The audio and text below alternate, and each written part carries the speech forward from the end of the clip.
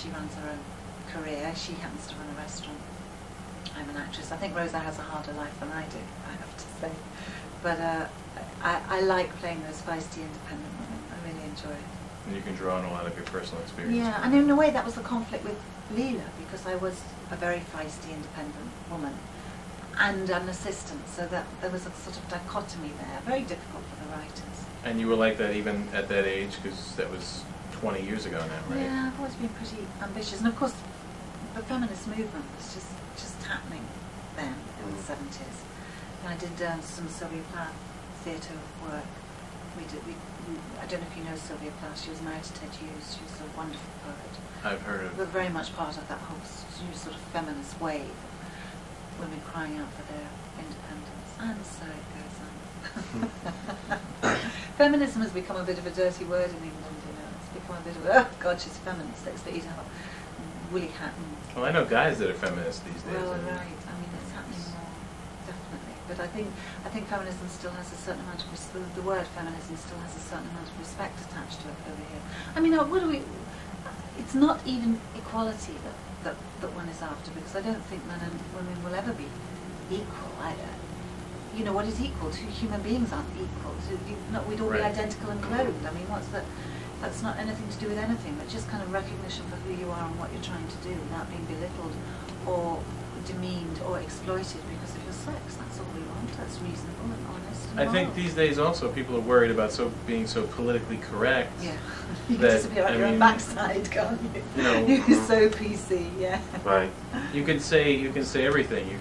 When you said people aren't created equal, I mean, our Constitution says all men are created equal, but in reality, people aren't equal. There's people that are better than others, but you can't say that now. I mean, well, it's in a way it's semantics, better than others. Isn't it? Well, better than others in the fact that some people have more of a capacity for good or evil or just creativity or just some people are more intelligent. Areas, I mean, they're not. I mean, better is a word that is so vague. I mean, it could be positive, it could be negative. And but also what I consider better might not be what you would consider better. Right. Some amazing mathematician or some amazing actor or some amazing scientist used to say, how can you put those in kind of 1, 2, 3? How can you say who's more important? Plus, if you've worked harder than someone else to get where you are, do you deserve more? Well, that's part of the American dream, isn't it? Working hard.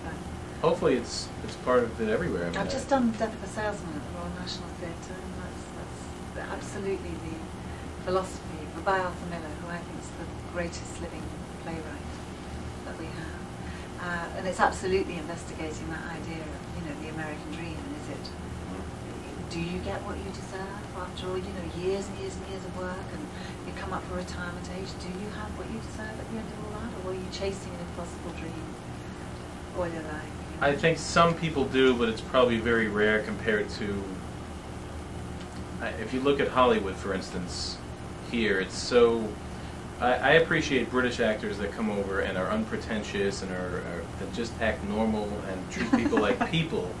Yeah. A lot of times you'll get people from Hollywood, and I know it's stereotypical because I'm sure many of them are nice and wonderful people as well, but they let it get to their heads, and they start believing their own PR, and it's just, they won't sign autographs unless you're paying them extra, or they won't give back to the people that basically put them where they are.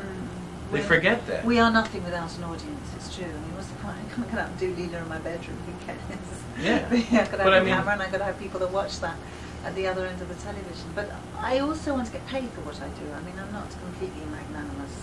Oh, right. I'm not without wanting to get my mortgage paid here. And, but it seems like you don't forget that if if someone recognizes you, it seems like your attitude is, hey, that's someone who's supporting me, as it were. I mean, I did. Having said that, though, I'm now in this soap in England, which has a 20 million viewing, with almost a quarter of the population watch. So every room you go into, basically 1 in 4 people will know who you are. Now, I've been vaguely well known since Doctor Who days, and that's always been very flattering and very nice, and except for the occasional intrusion by the paparazzi. Do you use that term here? Paparazzi? Oh, definitely, yeah. Yeah. Apart from the occasional intrusion by them, I've had a pretty easy and flattering time of it. However, now I'm in EastEnders because I'm playing a more or less normal working class woman who lives in the East End as opposed to someone from another planet, or, you know, the other series I've done, I've been very glamorous and living abroad, or in a prisoner of war camp, or, you know, they've always been slightly obscure characters. Now I'm playing a normal working class woman, and we have this fantastically high figure of viewers. I find the being recognised, I actually find it quite freaky at the moment. I find it just in my everyday life. Going to a restaurant or out to the theatre, it's lovely, and I've got my makeup on and I'm feeling good. But going around the supermarket, or I don't know, just caught off guard. There's strangers, yeah, coming up to you and saying, yeah, owning me, knowing things about me, knowing my name, knowing my kids' names, knowing. Oh, your real life kids or your? Yes, my real life. Yeah. Well, in fact, I'm never quite sure. You know, they say, "How are your sons?" I don't know if they mean my own sons or Right. my sons in the show. There's that whole area that is. It almost feels like I'm doing a personal appearance every time I step out the front door. And Plus, you might not be feeling 100% every time you go out, and you don't want to detract from that. Tell me that I'm a bit grumpy. You know, who wants to, you know, smile all the time. I went to the supermarket the other day, and I thought I'd go there early so that I'd avoid the crowds and, you know, be able to get whatever it is I get.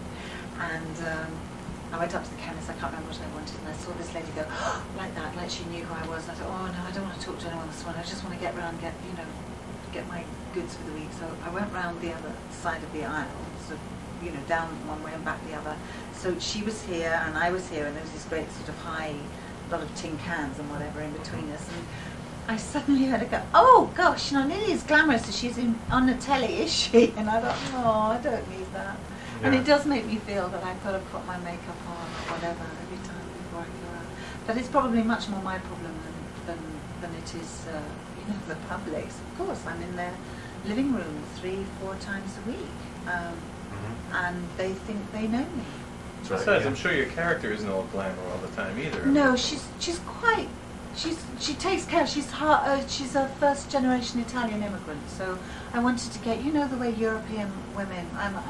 By that I'm not talking about England. I mean like French and Italian women particularly really take care of themselves. They really do. They have the right jewellery with the right jacket. They have, you know, they just look after themselves. Their hair is always nicely done. So I very much wanted to make her that bit. What's the word? Chic. I just wanted her just a little bit chic. And although she's not rich, in fact, they really struggle for money. I wanted her to have maybe 4 or 5 very nice outfits rather than a whole vast wardrobe of not so good stuff. I thought she'd save up the money. Class. Exactly. And yeah, I guess I was curious as to your other acting jobs after Doctor Who. Because I know you've done a lot of theatre and you've done a lot of television. That's been a very deliberate career choice. So you can balance it out. Yeah, immediately after this job finishes, I'll go straight back into the theatre. I hope a new play, that's my... So you don't get rusty doing a live work in front of people. I think stage work keeps you match fit. You've always got to be on every night and keep it up.